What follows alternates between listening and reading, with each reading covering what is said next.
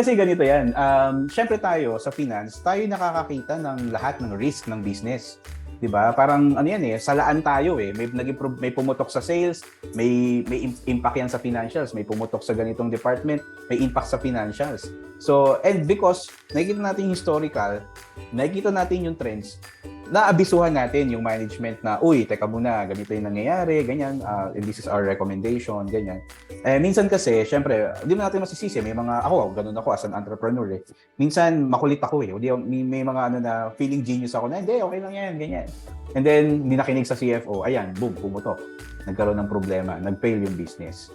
So, you have to balance things out. And hindi naman kasi lahat din ng companies, honestly, or I would say, may-ari, are kumbaga well-versed into finance talaga.